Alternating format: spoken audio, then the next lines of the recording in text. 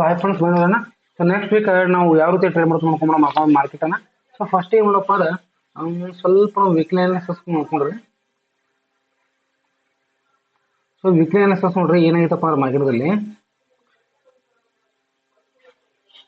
Market ನೋಡ್ರಿ ಈ ಒಂದು ಸ್ಪೇಸ್ ಏನಾಗಿತ್ತಪ್ಪ ಅಂದ್ರೆ ಮಾರ್ಕೆಟ್ ಕಂಟಿನ್ಯೂಸ್ ಆಗಿ ಇಲ್ಲಿ ಮೇಲ್ಗಡೆ ಹೋಗಿ ಮತ್ತೆ ಇಲ್ಲಿ ಏನಾಗಿತ್ತಪ್ಪ ಅಂದ್ರೆ ಒಂದು ಚಿಕ್ಕದಾಗಿರ್ತಕ್ಕಂಥ ಒಂದು 52,000 ಏನಾಗಿತ್ತಪ್ಪ ಅಂದ್ರೆ ಒಂದು ರೆಸಿಸ್ಟೆನ್ಸ್ ಹಿಟ್ ಮಾಡ್ಕೊಂಡು ಮಾರ್ಕೆಟ್ ಏನಿತ್ತಪ್ಪ ಮತ್ತೆ ರಿಟರ್ನ್ ಬಂದಿತ್ತು. ರಿಟರ್ನ್ ಬಂದ ಕೂಡಲೇ ಮತ್ತೆ ಏನಿದಪ್ಪ ಅಂದ್ರೆ ಒಂದು ಫುಲ್ ಬ್ಯಾಕ್ ತಗೊಂಡು ಮತ್ತೆ ಮಾರ್ಕೆಟ್ ಏನಿತ್ತಪ್ಪ ಅಂತಂದ್ರೆ ಇಲ್ಲಿ ಈ ಒಂದು ಏನು ಏರಿಯಾ ಐತೆ ಮೊದಲ ರೆಸಿಸ್ಟೆನ್ಸ್ ಏರಿಯಾ ಅದನ್ನ ಸಪೋರ್ಟ್ ಆಗಿ ಕೇಳಿ ಮಾಡ್ಕೊಂಡು ಮತ್ತೆ ಮಾರ್ಕೆಟ್ ಮೇಲ್ಗಡೆ ಹೋಗಿತ್ತು. ಒಂದು ಆಲ್ ಟೈಮ್ ಹೈ ಅನ್ನು ಕೂಡ ಏನಾಯ್ತಪ್ಪ ನೀವು ಆಲ್ ಟೈಮ್ ಹೈ 56,000 ಟಚ್ ಮಾಡಿತ್ತು. ಟಚ್ ಮಾಡ್ಕೊಂಡು ಮಾರ್ಕೆಟ್ ಏನ್ ಮಾಡ್ತಪ್ಪ ಅಂತಂದ್ರೆ ಸ್ವಲ್ಪ ಇಂಡಿಯಾ ಪಾಕ್ ಒಂದು ಏನು ಇದು ನಡೆಯುತ್ತಲ್ಲ ಆ ಒಂದು ಇದ್ದು ಸಲುವಾಗಿ ಏನಪ್ಪ ಮಾರ್ಕೆಟ್ ಸ್ವಲ್ಪ ಲೈಟ್ ಆಗಿ ಕೆಳಗಡೆ ಬಂದಿತ್ತು. ಮತ್ತೆ ಲೈಟ್ ಆಗಿ ಕೆಳಗಡೆ ಬಂದಿದ್ದು ಮಾರ್ಕೆಟ್ ಏನಪ್ಪ ಅಂತಂದ್ರೆ ಮತ್ತೆ ಬುಲ್ಸ್ ಏನ್ ಮಾಡಿದ್ರಪ್ಪ ಅಂತಂದ್ರೆ ಓವರ್ಟೇಕಿಂಗ್ ಮಾಡ್ಕೊಂಡು ಮತ್ತೆ ಮಾರ್ಕೆಟ್ ಏನ್ ಮಾಡಿದ್ರಪ್ಪ ಅಂದ್ರೆ ಮೇಲೆ ಮೇಲ್ಗಡೆ ಕಂಟ್ರೋಲ್ ಮಾಡಿದ್ರು. ಹೌದಾ? ಸೊ ಇಲ್ಲಿ ಏನಪ್ಪಾ ಅಂತಂದ್ರೆ ಇವಾಗ ಏನಾಗಿದೆಪ್ಪ ಅಂದ್ರೆ ಒಂದ್ಸತಿ ಇಲ್ಲ 2 ಸತಿ ಟೆಸ್ಟ್ ಮಾಡಿದ್ರು. ಒಂದ್ಸತಿ ಏನಾಗಿದೆ ಮಾರ್ಕೆಟ್ ಮೇಲ್ಗಡೆ ಹೋಗಿದೆ, 2ನೇ ಸತಿ ಟೆಸ್ಟ್ ಮಾಡಿದೆ. ಓಕೆ ಆಯ್ತು. ಆಮೇಲೆ ಇದು 3ನೇ ಸತಿ ಟೆಸ್ಟ್ ಮಾಡಿದೆ. ಈ 3ನೇ ಸತಿ ಟೆಸ್ಟ್ ಮಾಡೋದು ಕೂಡ ಮಾರ್ಕೆಟ್ ಕಂಟ್ರೋಲ್ ಮಾರ್ಕೆಟ್ ಇಲ್ಲಿ ಕೆಳಗೆ ಬರ್ಬೋದಾಗಿತ್ತು. ಯಾಕೆ ಬಂದಿಲ್ಲಪ್ಪ ಅಂತಂದ್ರೆ ಮಾರ್ಕೆಟ್ದಲ್ಲಿ ಇಲ್ಲಿ ಹೆವಿ ಆಗಿ ಏನಪ್ಪಾ ಅಂತಂದ್ರೆ ಇಲ್ಲಿ ಬುಲಿಶ್ ಇರೋದ್ರಿಂದ, ಓಕೆ ಬುಲ್ಸ್ ಜಾಸ್ತಿ ಇರೋದ್ರಿಂದ, ಬಯಸ್ ಜಾಸ್ತಿ ಇರೋದ್ರಿಂದ ಮಾರ್ಕೆಟ್ದಲ್ಲಿ ಏನಾಗ್ತಾರಪ್ಪ ಅಂದ್ರೆ ಮಾರ್ಕೆಟ್ ಕಂಟ್ರೋಲ್ಸ್ಗೆ ಕೆಳಗಡೆ ಫಾಲ್ ಆಗ್ತಾರೆ. ಓಕೆ ಇಲ್ಲಿ ಮೇನ್ ಇಂಪಾರ್ಟೆಂಟ್ ಆಗಿರ್ತಕ್ಕಂಥದ್ದು ನಮ್ಗೆ ಯಾವ್ದಪ್ಪ ಅಂದ್ರೆ ಈ ಒಂದು ಏರಿಯಾ ಇರೋದಿಲ್ಲ ತುಂಬಾ ಇಂಪಾರ್ಟೆಂಟ್ ಆಗಿರ್ತಕ್ಕಂಥದ್ದು ಯಾವ್ದಪ್ಪ ಅಂತಂದ್ರೆ 54,000.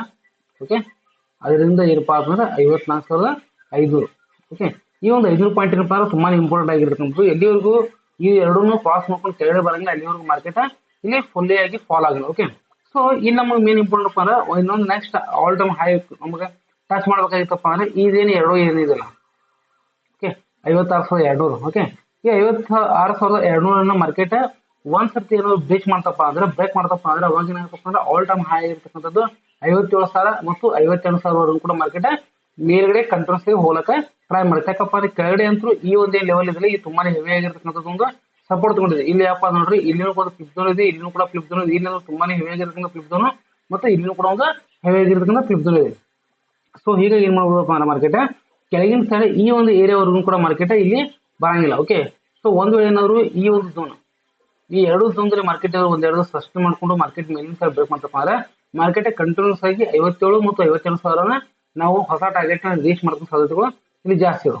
ಓಕೆ ಸೊ ಇದನ್ನ ಒಂದು ನಾವು ಒನ್ ಡೇ ಟೈಮ್ ಫ್ರೇಮ್ ನೋಡ್ಕೊಂಡ್ರೆ ಇನ್ನೋರು ಒನ್ ಡೇ ಟೈಮ್ ಫ್ರೇಮ್ ನೋಡಿದ್ರೆ ಒನ್ ಡೇ ಟೈಮ್ ಫ್ರೇಮ್ ಏನಿತ್ತಪ್ಪ ಅಂದ್ರೆ ಕಂಟ್ರೋಲ್ಸ್ ಮಾರ್ಕೆಟ್ ಏನಿತ್ತಪ್ಪ ಅಂತಂದ್ರೆ ಒಂದು ಬೀರಿಶ್ ಒಂದು ಚಾನಲ್ ಅನ್ನ ಕ್ರಿಯೇಟ್ ಮಾಡಿತ್ತು. ಈ ಬೀರಿಶ್ ಚಾನಲ್ ಅನ್ನ ಕ್ರಿಯೇಟ್ ಮಾಡಿದ್ದನ್ನ ಇಲ್ಲಿ ಏನ್ ಮಾಡ್ತಪ್ಪ ಮಾರ್ಕೆಟ್ ಕಂಟಿನ್ಯೂಸ್ ಆಗಿ ಬ್ರೇಕ್ ಮಾಡ್ಕೊಂಡು ಮಾರ್ಕೆಟ್ ಇಲ್ಲಿ ಬುಲಿಶ್ ಚಾನಲ್ ಕ್ರಿಯೇಟ್ ಮಾಡುತ್ತೆ. ಹೌದಾ?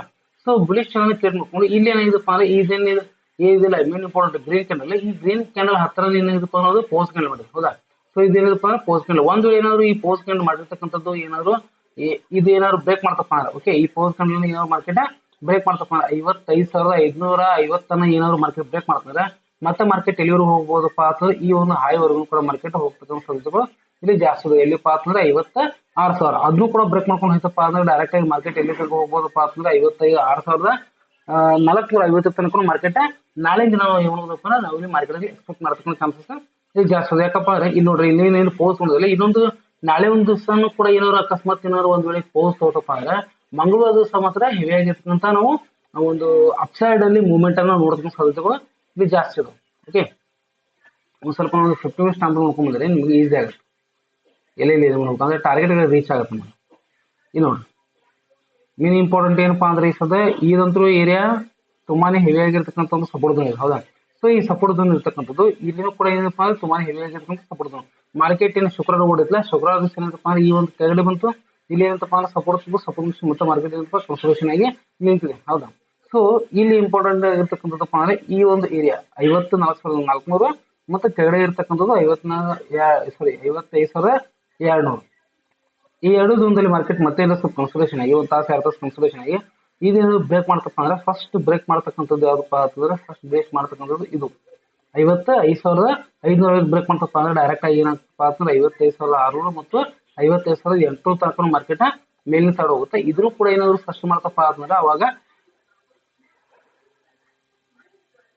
ಡೈರೆಕ್ಟ್ ಮಾರ್ಕೆಟ್ ಎಲ್ಲಿ ಹೋಗುತ್ತಪ್ಪ ಅಂತಂದ್ರೆ 56,000 ತನಕ ಮಾರ್ಕೆಟ್ ಹೋಗುತ್ತೆ. ಯಾಕಪ್ಪ ಅಂದ್ರೆ ಇಲ್ಲಿ ನೋಡ್ರಿ ಚಿಕ್ಕದಾಗಿರ್ತಕ್ಕಂಥ ಪ್ಯಾಟರ್ನ್ ಅನ್ನು ನೋಡ್ಬೋದು. ಇಲ್ಲಿ ಒಂದು ನಾವು ಟ್ರೆಂಡ್ ಲೈನ್ ತಗೊಂಡ್ರೆ ಇಲ್ಲಿ ತನಕ ಒಂದು ಟ್ರೆಂಡ್ ಲೈನ್ ಬರುತ್ತೆ. ಓಕೆ ಆಮೇಲೆ ಇಲ್ಲಿನೂ ಕೂಡ ಒಂದು ಟ್ರೆಂಡ್ ಲೈನ್ ಬರುತ್ತೆ. ಹೌದಾ. ಸೊ ಈ ಪ್ಯಾಟರ್ನ್ ಏನಪ್ಪಾ ಅಂತಂದ್ರೆ ಕಂಟಿನ್ಯೂಸ್ ಆಗಿ ಇಲ್ಲಿ ಮಾರ್ಕೆಟ್ ವಾಲಟೈಲ್ ಆಗ್ತಾ ಇರೋದ್ರಿಂದ ಮಾರ್ಕೆಟ್ದಲ್ಲಿ ಸ್ವಲ್ಪ ಇಲ್ಲಿ ಏನಾದ್ರು ಮಾರ್ಕೆಟ್ ಒಂದೆರಡು ತಾಸು 60 ತಾಸು ನಿಂತಪ್ಪ ಅಂದ್ರೆ ಸಡನ್ ಆಗಿ ಇದು ಬ್ರೇಕ್ ಮಾಡ್ತಪ್ಪ ಅಂದ್ರೆ ಡೈರೆಕ್ಟ್ 56 ತನಕನೂ ಮಾರ್ಕೆಟ್ ಹೋಗ್ತಕ್ಕಂಥ ಸಾಧ್ಯತೆಗಳು ಜಾಸ್ತಿ ಇದೆ. ಯಾಕಪ್ಪ ಅಂದ್ರೆ ಮಾರ್ಕೆಟ್ ಸ್ಟ್ರಕ್ಚರ್ ಆ ರೀತಿ ಮಾಡಿದೆ. ಹೌದಾ. ಸೊ ಕೆಳಗಡೆ ಬರಕ್ಕಂತೂ ಇದಕ್ಕೆ ಅವಕಾಶ ಇದೆ. ಯಾಕಪ್ಪ ಅಂದ್ರೆ ಅವಕಾಶ ಯಾಕಪ್ಪ ಅಂದ್ರೆ ಮಾರ್ಕೆಟ್ ಈಗ ಆಲ್ರೆಡಿ ಬುಲಿಶ್ ಟ್ರೆಂಡ್ ಅಲ್ಲಿದೆ. ಹೌದಾ.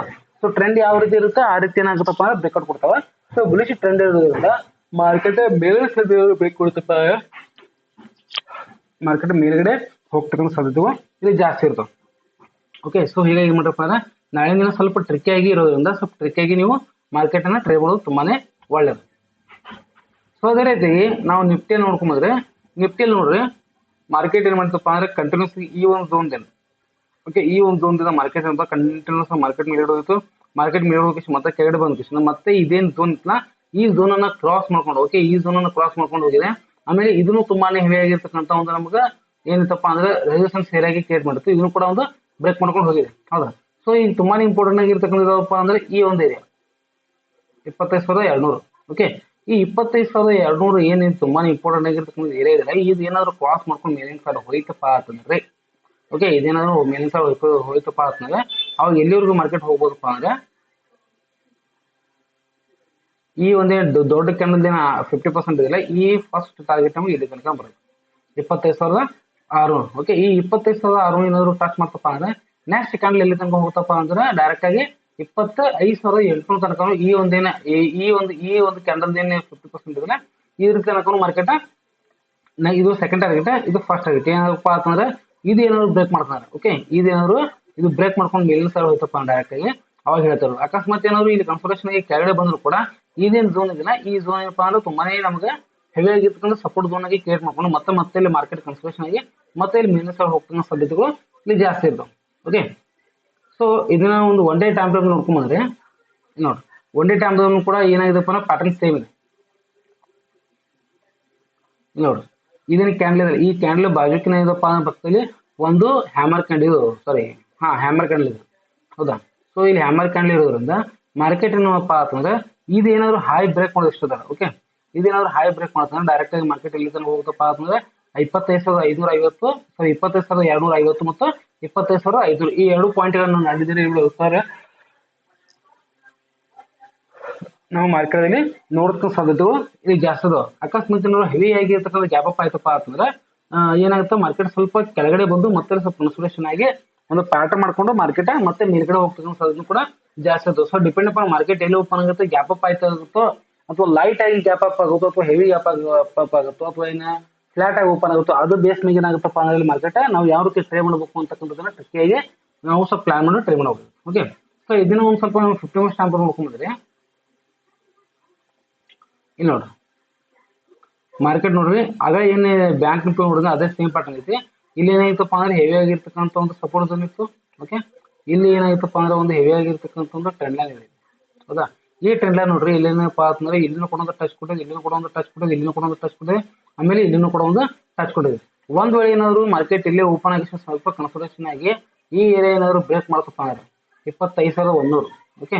25,100 ಏನಾದ್ರು ಮಾರ್ಕೆಟ್ ಬ್ರೇಕ್ ಮಾಡ್ತಂದ್ರೆ ಮಾರ್ಕೆಟ್ ಎಲ್ಲಿವರೆಗೂ ಹೋಗ್ಬೋದಪ್ಪ 25,200 ಮತ್ತು 25,300 ಮತ್ತು 25,400 ಮತ್ತು 25,500 ಈ ಏನಪ್ಪಾ ಅಂದ್ರೆ ಟೋಟಲ್ ಆಗಿ ಈ 400 ಪಾಯಿಂಟ್ ಇಂದ ಒಂದು ರೇಂಜ್ ನಾವು ಏನ್ ಮಾಡೋದಪ್ಪ ಅಂದ್ರೆ ನಾವು ನಾಳೆ ದಿನ ನೋಡ್ತಕ್ಕಂಥ ಸಾಧ್ಯತೆಗಳು ಜಾಸ್ತಿ ಇದೆ. ಯಾಕಪ್ಪ ಅಂದ್ರೆ ಮಾರ್ಕೆಟ್ ಕಂಟಿನ್ಯೂಸ್ ಆಗಿದಪ್ಪ ಅಂದ್ರೆ ಇಲ್ಲಿ ಇದೇ ಒಂದು ಝೋನ್ ದಲ್ಲಿ ಮಾರ್ಕೆಟ್ ಸಿಕ್ಕಾಕೊಂಡ್ಬಿಟ್ಟಿತ್ತು.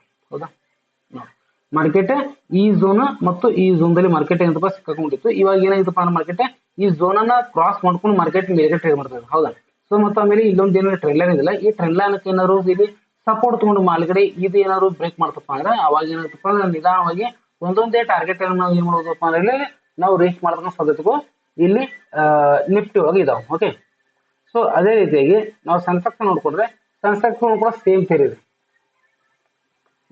ಸೆನ್ಸೆಕ್ಸ್ ಏನಪ್ಪಾ ಅಂದ್ರೆ ಇಲ್ಲಿ ನೋಡ್ರಿ ಇಲ್ಲಿನೂ ಕೂಡ ಒಂದು ಫಸ್ಟ್ ರೆಸಿಸ್ಟೆನ್ಸ್ ಇತ್ತು, ಇಲ್ಲಿನೂ ಕೂಡ ರೆಸಿಸ್ಟೆನ್ಸ್ ಇತ್ತು, ಇಲ್ಲಿನೂ ಕೂಡ ಒಂದು ರೆಸಿಸ್ಟೆನ್ಸ್ ಇತ್ತು, ಆಮೇಲೆ ಇಲ್ಲಿನೂ ಕೂಡ ಒಂದು ರೆಸಿಸ್ಟೆನ್ಸ್ ತಗೊಂಡಿದ್ವಿ.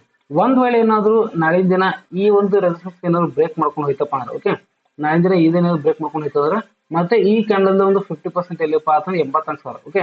ಈ 84,000 ಕೂಡ ಫಸ್ಟ್ ಟಾರ್ಗೆಟ್ ನಾವು ನೋಡ್ಬೋದು. ಆಮೇಲೆ ಅದನ್ನು ಕೂಡ ಇನ್ನೂ ದಾಟ ಹೋಯ್ತಪ್ಪ ಅಂದ್ರೆ ಅವು ಡೈರೆಕ್ಟ್ ಏನಾಗುತ್ತಪ್ಪ ಅಂತಂದ್ರೆ 85,000 ಕೂಡ ಮಾರ್ಕೆಟ್ ನಾವು ಹೋಗ್ತಕ್ಕಂಥ ಸಾಧ್ಯತೆಗಳು ಇಲ್ಲಿ ಜಾಸ್ತಿ ಅದ. ಯಾಕಪ್ಪ ಅಂದ್ರೆ ನೋಡ್ರಿ ಕಂಟಿನ್ಯೂಸ್ ಆಗಿ ಒಂದ್ ಸರ್ತಿ 2 ಸರ್ತಿ 3 ಸರ್ತಿ 4 ಸರ್ತಿ 4 ಸರ್ತಿ ಏನಾಗಿದೆಪ್ಪ ಅದನ್ನ ಮಾರ್ಕೆಟ್ ರೆಸಿಸ್ಟೆನ್ಸ್ ತೊಗೊಂಡಿದ್ರಿಂದ ಇಲ್ಲೊಂದು ಏನಾದ್ರು ಪ್ಯಾಟರ್ನ್ ಇದು ಡ್ರಾ ಮಾಡಿದ್ರೆ ಇಲ್ಲೊಂದು ಟ್ರೆಂಡ್ ಲೈನ್ ಬರುತ್ತೆ. ಓಕೆ, ಹಾರಿಜಾಂಟಲ್ ಬರುತ್ತೆ, ಇಲ್ಲಿನೂ ಕೂಡ ಒಂದು ಟ್ರೆಂಡ್ ಲೈನ್ ಬರುತ್ತೆ. ಓಕೆ, ಈ ರೀತಿ ಏನಪ್ಪ ಮಾರ್ಕೆಟ್ ಕಂಟಿನ್ಯೂಸ್ ಆಗಿ ಎಕ್ಸ್ಪಾಂಡ್ ಕಾಂಟ್ರಾಕ್ಟ್ ಆಗ್ತಾ ಇರೋದು. ಇಲ್ಲಿ ಏನು ಸ್ಟಾರ್ಟ್ ಮಾಡಿದ್ರೆ ಇಲ್ಲಿ ಕಂಟಿನ್ಯೂಸ್ ಆಗಿ ಹೋಗಿ ಇಲ್ಲಿ ಏನಾಗೋದಪ್ಪ ಅಂತಂದ್ರೆ ಡೈರೆಕ್ಟ್ ಆಗಿ ಬ್ರೇಕ್ ಮಾಡ್ಬೋದು. ಇಲ್ಲಪ್ಪ ಒಂದ್ ಸ್ವಲ್ಪ ಇಲ್ಲಿ ಕನ್ಸಲ್ಟೇಷನ್ ಆಗಿ ಕೂಡ ಬ್ರೇಕ್ ಮಾಡ್ತಕ್ಕಂಥ ಸಾಧ್ಯತೆಗಳು ಇಲ್ಲಿ ಜಾಸ್ತಿ ಇದಾವೆ. ಸೊ ಹೀಗಾಗಿ ಏನ್ ಮಾಡ್ರಪ್ಪ ಅಂದ್ರೆ ಮಾರ್ಕೆಟ್ದಲ್ಲಿ ನಾಳಿನ ದಿನ ಯಾವ ರೀತಿ ಟ್ರೇಡ್ ಮಾಡ್ಬೇಕು ಅನ್ನೋದಕ್ಕಿಂತ ಎಲ್ಲಿ ಮಾರ್ಕೆಟ್ ಓಪನ್ ಆಗುತ್ತೆ ಅದ ಬೇಸ್ ಮೇಲೆ ಏನ್ ಮಾಡೋದಪ್ಪ ಅಂದ್ರೆ ಟ್ರೇಡ್ ನಾವು ತಗೋಬೇಕಾಗ್ತದೆ. ಓಕೆ, ಸೊ ನಾವು ಒಂದೇ ಟೈಮ್ ಫ್ರೇಮ್ ನೋಡ್ಕೊಂಡ್ರು ಕೂಡ ಒಂದೇ ಟೈಮ್ ಫ್ರೇಮ್ ದಲ್ಲಿ ಇದನ್ನು ಕೂಡ ಸೇಮ್ ನೋಡ್ರಿ ಪ್ಯಾಟರ್ನ್ ಇದೆ. ಇಲ್ಲಿಯೂ ಕೂಡ ರೆಸಿಸ್ಟೆನ್ಸ್, ಇಲ್ಲಿಯೂ ರೆಸಿಸ್ಟೆನ್ಸ್. ಓಕೆ, ಇಲ್ಲಿನೂ ಕೂಡ ರೆಸಿಸ್ಟೆನ್ಸ್, ಇಲ್ಲಿನೂ ಕೂಡ ರೆಸಿಸ್ಟೆನ್ಸ್. ಈ ರೆಸಿಸ್ಟೆನ್ಸ್ ಏರಿಯಾ ಏನಪ್ಪ ಅಂದ್ರೆ ಝೋನ್ಗಳು ಸೇಮ್ ಝೋನ್ದಲ್ಲಿ ಇದಾವೆ. ಹೌದಾ?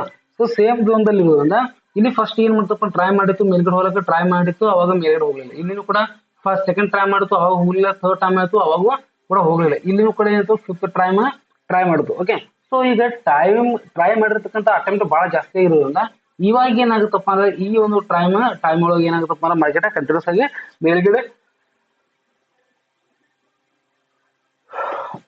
ಹೋಗ್ತಕ್ಕಂಥ ಸಾಧ್ಯತೆಗಳು ಜಾಸ್ತಿ ಇದಾವೆ. ಬಟ್ ಡಿಪೆಂಡ್ ಅಪಾನ್ ಏನಪ್ಪಾ ಅಂದ್ರೆ ಮಾರ್ಕೆಟ್ ಎಲ್ಲಿ ಓಪನ್ ಆಗುತ್ತೆ. ಓಕೆ, ಸೊ ಒಂದ್ ವೇಳೆ ಏನಾದ್ರು ಇಲ್ಲಿ ಫ್ಲಾಟ್ ಆಗಿ ಓಪನ್ ಆಗಿಸಿಂದ ಈ ಏರಿಯಾ ಏನು ಬ್ರೇಕ್ ಮಾಡ್ಲಿಲ್ಲಪ್ಪ ಅಂದ್ರೆ ಇಲ್ಲೇ ಕನ್ಸೋಲೇಷನ್ ಆಗಿ ಮೇಲಿನ ಸಲ ಬ್ರೇಕ್ ಮಾಡ್ತಪ್ಪ ಅಂದ್ರೆ ಫಸ್ಟ್ ಟಾರ್ಗೆಟ್ 83,000, ಆಮೇಲೆ 86,000. ಈ ಎರಡು ಟಾರ್ಗೆಟ್ ಅನ್ನು ಏನ್ ಮಾಡೋದಪ್ಪ ಅಂದ್ರೆ ರೀಚ್ ಮಾಡತಕ್ಕಂಥ ಸಾಧ್ಯತೆಗಳು ಇಲ್ಲಿ ಜಾಸ್ತಿ ಇರ್ತಾವೆ. ಸೊ ಹೀಗಾಗಿ ಏನ್ ಮಾಡ್ರಪ್ಪ ಅಂದ್ರೆ ಮಾರ್ಕೆಟ್ ದಲ್ಲಿ ಯಾವ ರೀತಿ ನಾವು ಟ್ರೇಡ್ ಮಾಡ್ತೀವಿ ಅಂತಕ್ಕಂಥದ್ದು ತುಂಬಾ ಇಂಪಾರ್ಟೆಂಟ್. ಓಕೆ, ಯಾಕಪ್ಪ ಮಾರ್ಕೆಟ್ ಎಲ್ಲಿ ಓಪನ್ ಆಗುತ್ತೆ ನೋಡ್ಕೋಬೇಕಲ್ಲ. ಓಕೆ, ಸೊ ಇಲ್ಲಿನೂ ಕೂಡ ನೋಡ್ರಿ ಒಂದು ಟ್ರಿಕ್ ಆಗಿರ್ತಕ್ಕಂಥದ್ದು. ಇಲ್ಲಿ ಸ್ವಲ್ಪ ನಾವು ನಿಫ್ಟಿಕ್ಕಿಂತ ತುಂಬಾನೇ ಈಸಿ ಆಗಿರ್ತಕ್ಕಂಥದ್ದು ಡಯಾಗ್ರಾಮ್ಗಳು ನಮಗೆ ಇಲ್ಲಿ ಸಣ್ಣ ಸಿಗುತ್ತೆ. ಯಾಕಪ್ಪ ಅಂದ್ರೆ ಹೆವಿ ಆಗಿರ್ತಕ್ಕಂಥ ಒಂದು ವ್ಯಾಲ್ಯೂಮ್ ಇರೋದ್ರಿಂದ ಇಲ್ಲಿ ನಮ್ಗೆ ಏನಪ್ಪಾ ಅಂದ್ರೆ ಪ್ಯಾಟರ್ನ್ಗಳು ಸ್ಟ್ರಕ್ಚರ್ಗಳು ತುಂಬಾನೇ ಈಸಿಯಾಗಿ ಸಿಗ್ತಾವೆ. ನೋಡ್ರಿ ಮಾರ್ಕೆಟ್ ಏನಾಗಿತ್ತಪ್ಪ ಅಂದ್ರೆ ಇಲ್ಲಿನೂ ಕೂಡ ಒಂದು ಸಪೋರ್ಟ್ ಝೋನ್ ಮಾಡಿತ್ತು, ಇಲ್ಲಿನೂ ಕೂಡ ಒಂದು ಸಪೋರ್ಟ್ ಝೋನ್ ಮಾಡಿತ್ತು. ಹಾಗಾಗಿ ಏನಾಗಿತ್ತಪ್ಪ ಅಂದ್ರೆ ಮಾರ್ಕೆಟ್ ಕಂಟ್ರೋಲ್ಸ್ ಆಗಿ ಮೇಲ್ಗಡೆ ಹೋಗಿತ್ತು. ಆಮೇಲೆ ಇಲ್ಲಿನೂ ಕೂಡ ಒಂದು ರೆಸಿಸ್ಟೆನ್ಸ್ ಝೋನ್ ಮಾಡ್ಕೊಂಡು ಇಲ್ಲಿ ಏನಾಗಿತ್ತಪ್ಪ ಅಂದ್ರೆ ಒಂದೊಂದು ರೆಸಿಸ್ಟೆನ್ಸ್ ಝೋನ್ಗೆ ಸ್ವಲ್ಪ ಕ್ಲಿಕ್ ಕೊಟ್ಟ ಇಲ್ಲಿ ಕೆಳಗಡೆ ಬಂದಿತ್ತು. ಆದ್ರೆ ಒಂದ್ ದಿವಸ ಏನಾಗಿತ್ತಪ್ಪ ಅಂದ್ರೆ ಶುಕ್ರ ದಿವಸ ಸ್ವಲ್ಪ ಕನ್ಸೋಲೇಷನ್ ಆಗಿತ್ತು. ಹೌದಾ?